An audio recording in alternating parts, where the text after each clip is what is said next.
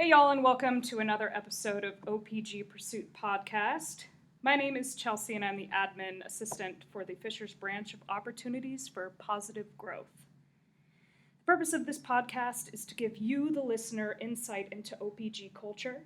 Each episode we are going to showcase a member or two of our OPG family and learn a little bit more about them. Now, I know it's been a while since our last episode with Kayla Rothgeb. She's now Kayla Honecker. Congratulations on your wedding, Mazel Tov. Yeah. So bear with us as we get back into the swing of things, but I hope we have a few good guests coming up here. So I like to have people introduce themselves. Like I said, you're in for a special treat today. We have two of our OPG employees with us, so go ahead. Okay. Ladies. All right, I'm Rebecca Kasey. I'm the Director of Policy and Quality Management. I have been working for the company since 2014 and started as a direct support professional in Kokomo. And since then, I was an intern and got promoted to this position, and I've been through 2 CQL accreditations, which we will talk about more. Mm-hmm. And I'm Lucy Klym. I'm the Chief Strategy Officer. I previously worked in the Self-Directed Services Department as the Executive Director, and in the last year became the Chief Strategy Officer. And we are going to be talking about our CQL accreditation. This was my 3rd round of accreditation with OPG, and every one of them have been different, and we look forward to sharing more with you about that today. Yeah, so let's just jump right into that. So like you both mentioned, CQL, one of our many acronyms that we have here at OPG. For those that don't know, we just went through a week-long accreditation. Can you talk about what CQL is and why this particular accreditation is so important for our company? Sure. So CQL stands for the Council on Quality and Leadership, and it is an accrediting organization that works across the globe, accrediting companies that provide supports to people. So they work in a lot of different avenues to enhance the quality of life for all people, where providers have an impact in their supports and services. So for us, it is required at the state level.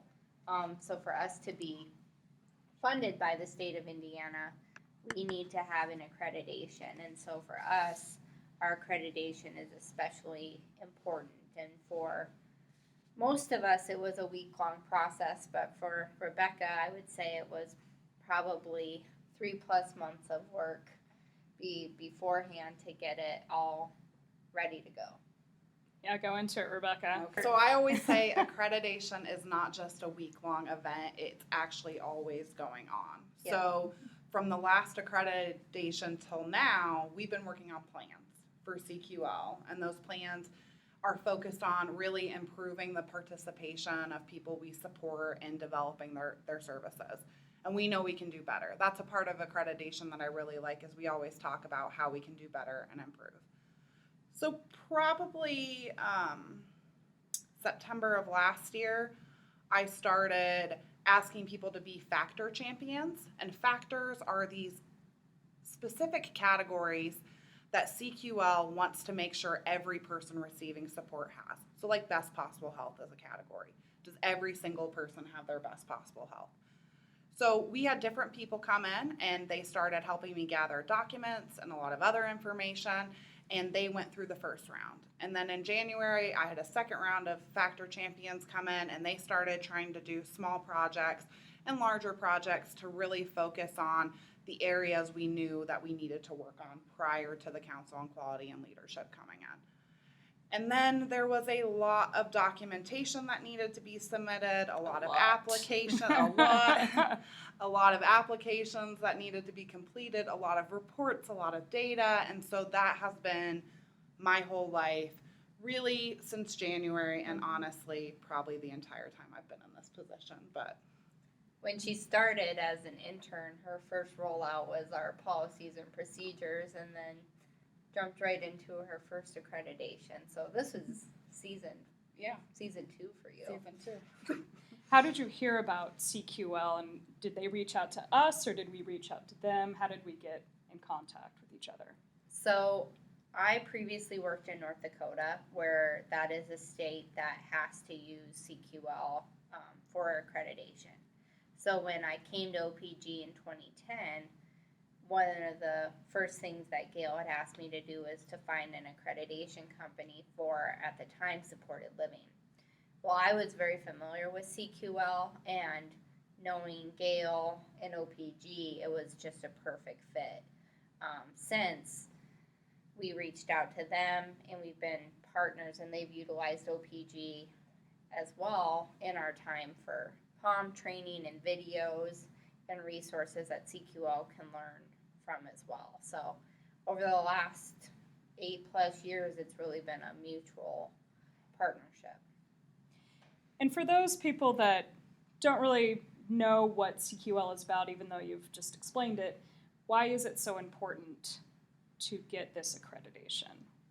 How does it make us stand out as an organization? Well, in Indiana, very few people go with CQL. They actually go with an organization called CARF, and CARF has a lot more simple standards that you have to meet that are really aligned with what the state says. And that's okay, because we know we already align with what the state says we have to do. But anybody who knew Gail Call knows that just what the state requires is not okay. We really are focused on people. And with CQL, when they came in, it sets us apart because they are person-centered. And we use that term a lot in this field. We hear it all the time. And we also really talk about how a lot of organizations say they are, and they are not. This focuses on continuous improvement. That's a really big part of CQL that is different. It's not just checking the box that we do what the state says. It's how are we going to push the envelope. And so that really represents who founded our company and really who's continuing to lead the company. And that sets us apart. And it's really about raising the bar, because we could easily say we could go for an accreditation that checks boxes and looks at reports that Rebecca built, and they check them off and they're on their way. But we really wanted to include lots of perspectives from people we support, family members, employees, community partners, so that we know what we need to do to improve services for the next while. What are some things that we've put in place that are making us more aware of what people we support need? I would say it's the personal outcome measures. Doing the personal outcome measures interview and having a wider net of people that are able to do those interviews creates a language and an understanding in the organization that you want to enhance the lives of the people we support. How can we make that happen? And whether it's finding a job, moving, going on a trip, seeing new family members, or reconnecting with old family members, finding what those specific things are to make those things happen is what makes it unique. Yeah, and it can really go down to that individual level where, when people talk about what they want for their own life, that we get to match supports for that. And I think of a lot of examples that we went through. I was going to ask that. Yeah. Just give one or two examples without going too in depth Yeah. about who you're talking about. So there was this gentleman who had a personal outcome measure interview, and he was in a pretty closed community. He lived in a housing apartment where it's elderly, and that was what qualified you to even be able to go into that area. And through the personal outcome measure interview, he started talking about how he wishes he had a church community and membership in a church community. And he also really talked about wanting a girlfriend and not knowing where to find that person. So he ended up, after the personal outcome measure interview, after all this information was shared with his support staff, he ended up being able to go to a Methodist church, which he wanted to. And he was going regularly. And through the church, he met people who played bingo, and then would go and play bingo with a bunch of ladies who were around his age, and started developing relationships with people. And although he did not get a girlfriend immediately, he was building those connections, and that meant something to him. So to see the change of that personal outcome measure interview prior, where he didn't have those connections, to the one that we did recently, is pretty awesome. And actually taking the initiative to find a community for him and having all of his staff help him out, people in his life, not just taking it for face value is really important and something that I think we do a really good job of handling. So, Absolutely. yeah. What are some areas that OPG is going to focus on to make us a more successful organization? I would say the biggest, there's two takeaways I had from our accreditation. One is surrounding advocacy efforts and ensuring that every person that we support has the opportunity to say what they want for their life and giving them an avenue to ensure that their voice is heard and respected. So it's increasing some advocacy efforts, advocacy training around supported decision making and rights. That's something that will definitely be coming forward. The other area is really about, for me, was about ensuring we keep having the right people around the table to share how OPG can be better, because it wasn't a 1 week thing. We need to always get these groups together and continue to invite people, whoever wants to be part of focus groups or factor groups or any avenue to share how OPG can be better. We want to keep that momentum outside of that week. Yeah. And then one of my takeaways, and it really is similar to both of those, is that CQL really charged us with being influencers in the community instead of just passively sitting and letting things happen. We may write a public comment that says that we want supported decision making to replace guardianship, but we are not really building any of the roads to make that happen. And so one of my big takeaways is that if we aren't having those regular conversations with people around the table, if we don't have advocacy efforts, then we can't really influence a state that we all know needs improvement in the services and supports they're providing to people. So my big takeaway is we were charged to be influencers, and I really want to do that over the next 4 years. And educators too. The legal system can be so overwhelming for anybody to understand. So I think it's important to go over laws with people that work Absolutely. here even. Yes, absolutely. Because that's the best way we're going to support people is by understanding how we can support them and then putting it into action. No, definitely. Absolutely. Okay, so you also said that OPG has a state reapproval process coming up. What is that, and how does it affect OPG?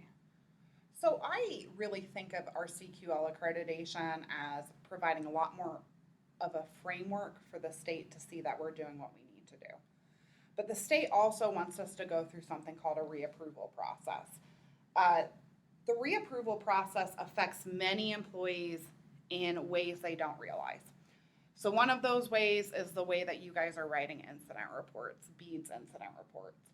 One of those parts is that you're putting root causes in, and I know that feels like the bane of existence for many people to write a root cause, but that really helps us make sure that we are going to pass our provider reapproval.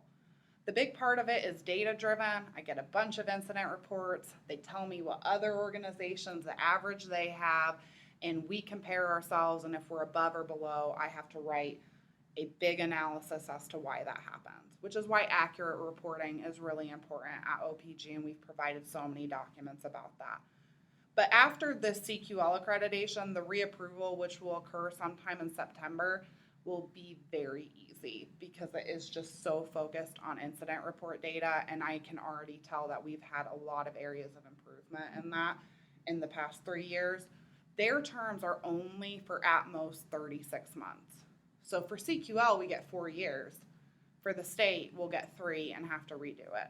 Mm-hmm. And the benefit this year is it's the same process as before, where that was not always consistent. Mm-hmm. The other thing I think that Rebecca has led and done a really good job at is finding the framework for continuous improvement. So using root cause analysis to really say, okay, here are the trends, here is how we can make things better. Those are some big things coming up. We still haven't actually heard from our CQL accreditation if we've got it. We know we have a 4-year accreditation. Yes. We just don't know what level of accreditation we're we have. Very excited to learn what our level of accreditation is. Yes, we are. And once we learn that, we will share it with everyone we can tell it to. Absolutely. For the both of you, what do you love most about your job? What gets you up in the morning? Yeah. Gets you going? I feel like one of the things I love about my job is it was specifically built around the things that OPG needed. We needed someone who looked at policies and looked at procedures at an organizational level. We needed somebody who owned accreditation and talking to people who were accreditors and just making sure that we're following our plans. So it was really born from us wanting that continuous improvement that we know that we want. And then what I really do like about my job is no week is the same, which can be stressful sometimes, but is so rewarding for me because I don't get bored. I mean, one week I might be working on an incident report analysis, and the next week I'm doing a personal outcome measure interview in Valparaiso. It just varies depending on what the needs are, and it's just such independent work, and I feel like I get to flex some of my creative muscles and my analytical muscles, and it, I joke that if you take my position and 3 months back, look at it, it looks completely different. 3 months before that looks completely different. And so it's exciting to know that in 3 months my position does change, but it changes in a way that benefits the organization. So I really love that about my job. How about you, Lucy? Well, it's pretty much a dream job to be a chief strategy officer at a company that always wants to continue to move forward. So in terms of implementing strategy and writing out ideas to help the organization grow, you already have buy-in if you work at OPG, because all of the employees and the people we support want to find the resources and tools to enhance quality of life. So being able to break things down on an individual level to say, I can connect this person. I connected somebody with the Lafayette City Council so that they could get sidewalks improved in Lafayette. To be able to do that, but then say, look, how can I look at that as an umbrella to say, well, it's not just Lafayette where this is an issue. That's the best part. Yeah, implementing change. Mm-hmm. This one's a little off the wall, but it's something that I really love about this company is that we are heavily female-led. So how do you think that sets us apart from other organizations, specifically that work with people that are disabled? I would say that in the human service industry, that's probably fairly common. And we have, but I think that in terms of finding ways to work and focus on relationships, and while we are for-profit, while we are an ESOP, the one thing that Gail taught me through and through is relationships are what count. And I think for us, as women leaders, relationships are what continue to move us forward.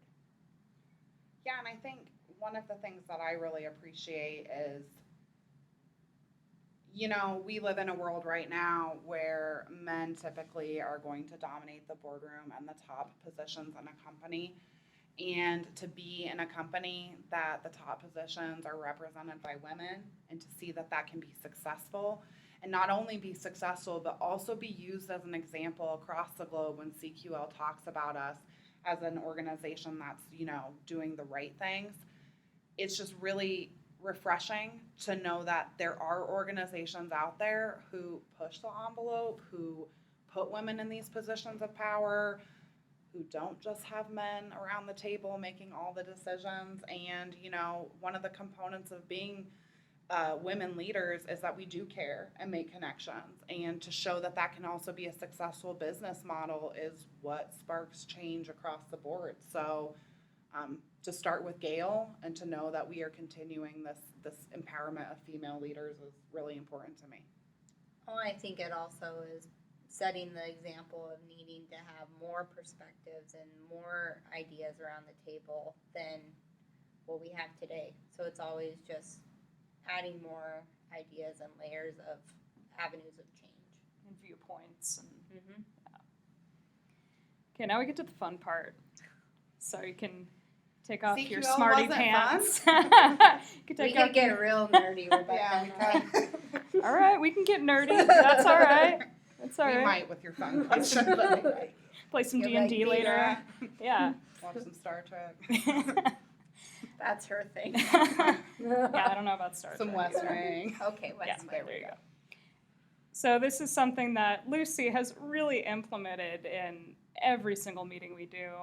You can use an old dream. You can use a new dream. A lot of the people listening don't know. But as of right now, Mm-hmm. what are your dreams? Personal or professional? This is like the greatest hits of dreams, right? Bringing back the best ones. The greatest hits of dreams that are still looking to be achieved.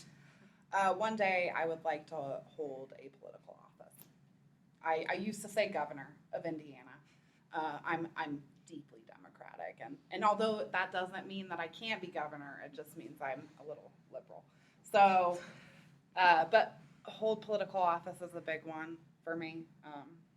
Probably will be until I achieve that. So, Yeah. My dream is to use my PhD in a way to teach or advocate and find the best avenue to use my PhD. You worked hard for it. I did. It was a dream for Yeah. lots of meetings Yeah, it was. for many years. Finish my dissertation, Yeah. finish my PhD, finish a lit review. So that was a dream for a long time. So now I want to utilize it in a good way. How about you? Oh, you You can't aren't throw it getting back off to the- me. You yeah. can't You throw it aren't- back to me. If I'm in the room, no one's getting off the hook. Big dream of mine is to travel as much as I can. That is something that my wife and I love to do. We just got back from France, seeing the Women's World Cup. Love our women. I would love to go to Norway and see the Northern Lights. That is one of my yeah. like bucket list. Very cool. What are you two proudest of? People realize personal goals. What's your proudest of?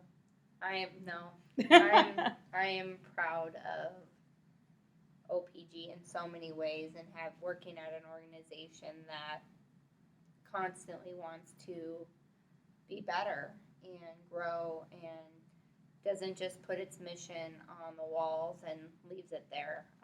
To work at an organization that believes in its heart that we can help people pursue a rewarding life is pretty awesome. But personally, I'm most proud of Blaze, my son, who's 2, and how strong and resilient he is. He's amazing. It's funny because I was going to break it down personal and professional too, so I'll do that. Professionally, I take a lot of pride in the work that I produce. I really do, like the reports I produce, the things that I write, the policies that are out there. And so it honestly is so dependent on the day. So I just made a plan for CQL. I'm most proud of that one. Mm-hmm. Prior to that, I was really proud of accreditation. That was a lot of work. So I think it's any given day that you talk to me, I might give you a different work, like I'm proud of myself for. Personally, I'm really proud of my siblings and family, and one of the reasons is my father passed away a few years ago. And when he passed away, you know, a lot of people have a bunch of divisions in their family, and death like that can really cause a lot more issues and problems. But what it did for us is made us closer, sometimes to the point we're too close. But most of the time, we take care of our mom. We make sure that she's taken care of. We take care of each other. We are our harshest critics, and we are our biggest fans. I feel like my family, I'm just really proud of the adults that we have become after all the things that we had to go through. What are some things you've had to unlearn in your life? Saying the word client and customer and consumer. And emancipated. And emancipated. Yeah, what do we use here? We use people. We call people. You know, I was a DSP and a different provider. And even when I first came to OPG, we were using customer. I used client for years. And I know that's really difficult for a lot of the people who are probably listening to this or just in general provide support all the time. It's a really hard thing to unlearn, but once you do, it is a perspective changing way to like change your language. When you Language is hard to change. It is. Just in general, if you've had it ingrained in you your whole life and you have to actually put your brain into motion and think about what you're saying, Yeah. it really makes a difference. It does. And then it becomes natural. So now I just think of people as people. And I feel like that's expanded my perspective of what support is. That we are not there to hold people's hands. We are there to be a bridge to what they want to do in their life. And when you view people as people, it's just easier. But that's one thing I did have to unlearn. I unlearned it pretty quickly because I wanted to. But you got to put the work in at the beginning. I would say I unlearned very quickly that you can't write out your schedule for a day because you never know where your day is going to take you. So it's definitely the best part of the job, but also for someone who likes to have a plan and a schedule and timelines, sometimes we work with people, so we never know where our day will bring, which is also the biggest blessing. I've definitely had to unlearn judging people right off the bat. Mm-hmm. Taking time to actually get to know somebody, and maybe their humor's a little off, or different, or somebody that's just driving down the road. You don't know if they're in labor and they need to go to the hospital, and they didn't mean to cut you off. They're just a little stressed out. So just taking empathy into consideration, I think, is very important. Yes. It can be hard. Oh, I can. What song or artist do you like, but you rarely admit to liking? Blaze found Barney. Oh, no. New Barney? Is there a new Barney? Or No, is it this old? is old Barney, Barney. 90s, 80s? Barney when I was growing up. And I have to admit, that is not terrible. So, it beats Baby Shark. I'll take Barney over Baby Shark. All right. I was thinking about things that I loved that I wouldn't want to admit to today that I love. You've already said Star Trek. I would admit that in a heartbeat. I would admit it. Tons of Trekkies. All right. They're not ashamed They're all of that. over the place. No, I liked this band called Bright Eyes, which is a pretty... Bright Eyes is a great band. Okay, but I probably would be less likely to recommend it to somebody now because it is such an acquired taste, but I love it. So it's like if you put it on, I can sing every song. Like I really like it, but I would never admit to it. And if you came in my car, I wouldn't put it on my playlist. And so that might be my guilty pleasure. What risks are worth taking? Anything to help someone achieve a dream. I think anything that can really challenge your worldview. I think a lot of people get scared to do things that they've never done before or that they don't see themselves doing. And I think that's what challenges your worldview. I know you had mentioned earlier about having empathy for people and expanding your view that way. And I think that if you don't try to walk in other people's shoes or take those risks to do that, you're not going to be able to expand. And taking time to actually love yourself and be authentic to yourself, I think that's something that a lot of people don't do, and that can really stir up just hatred for yourself and really projects to the world around you.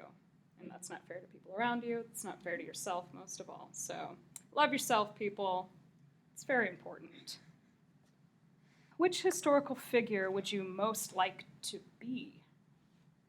I'm going to say RBG, Ruth Bader Ginsburg. I want to know what happens when the Supreme Court has their doors closed and nobody is around to record it. That's a really good answer, Rebecca. Oof, I don't know if I can handle all that Oh, I tension. would love it. Oof, no. Oh, yeah. That's why I'm secretly trying to get Rebecca into law school. Secretly, not so secretly. And she gets an acceptance letter someday, and you don't know where it came from. But I'm going to know you stole all my personal information. Yeah. I would say someone that I really enjoy learning about, and I like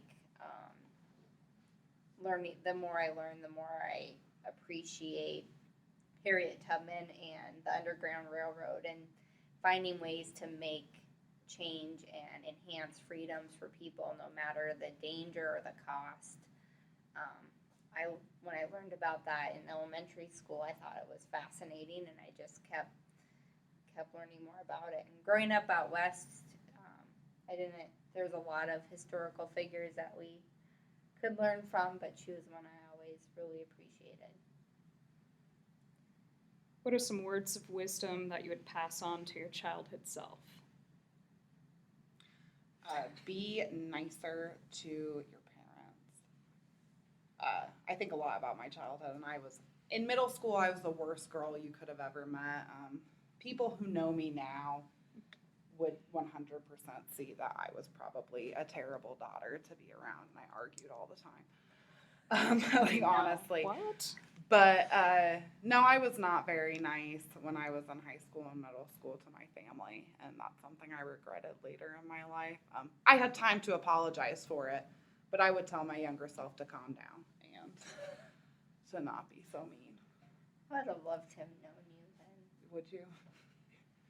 I'll tell you, it's like me now. Times, well, maybe not 100. But You got hormones going on. you So. do. I was a twin, so I had an individualistic problem where I'm like, oh, I'm an individual, but somebody looks like me and acts like me. No longer. This is like therapy. I don't know. If I was Recorded therapy. Yeah. Advice I would give to my younger self is set boundaries. Mm-hmm. Last question I'm going to ask is, what do you love most about yourself? Can we do what we love about each other too? Yeah, Okay. let's add that layer. Let's add it. I would say what I love most about myself is very different than it would have been a year ago. And knowing what's most important, and that ensuring everyone, and myself included, is safe and happy and healthy, and appreciating every single day, because you never know what tomorrow will bring. So I love that I have learned that, because I was a 33-year thinker, and it's not a guarantee, and it can change quickly. Mm-hmm. So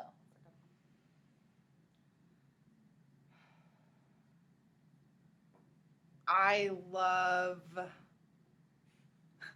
This is so It's hard. hard It's for- so hard. It shouldn't be this hard. Everybody It should is have so hard. just like But 5 things they love about themselves right off the Yeah, bat. but the other thing is, you no, you you're have right, to like Kelsey. be humble. So, and especially as women, like you're told to be humble about things and not brag. Although I am But not you also humble. don't have to say sorry.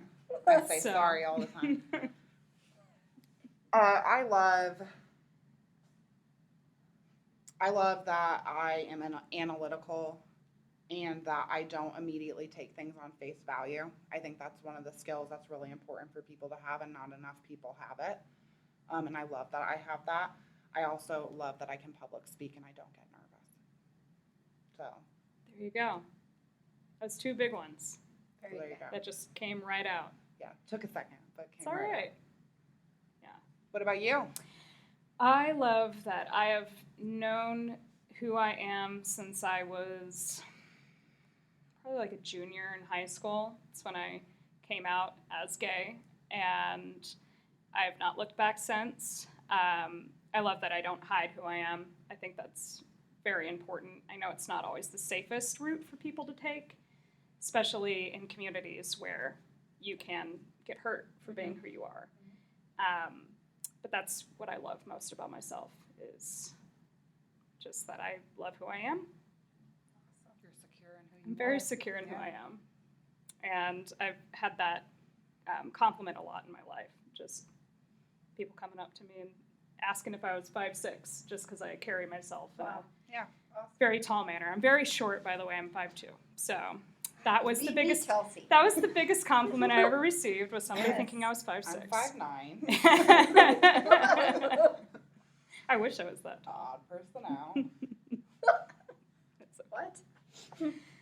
Well, ladies, thank you so much for taking your time. I know you're both very busy, and this is just a fun way for people to understand who we are as a company and what our values are. So I thank you so much again. Thank you. Thank you. Bottom of my heart.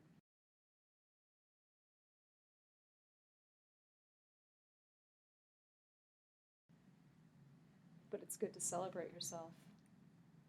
And how did you celebrate? That's a, Can we totally, talk about how you Yeah. celebrate? We totally do personal outcome measures with each Because I other. celebrated CQL by having a lot of wine after.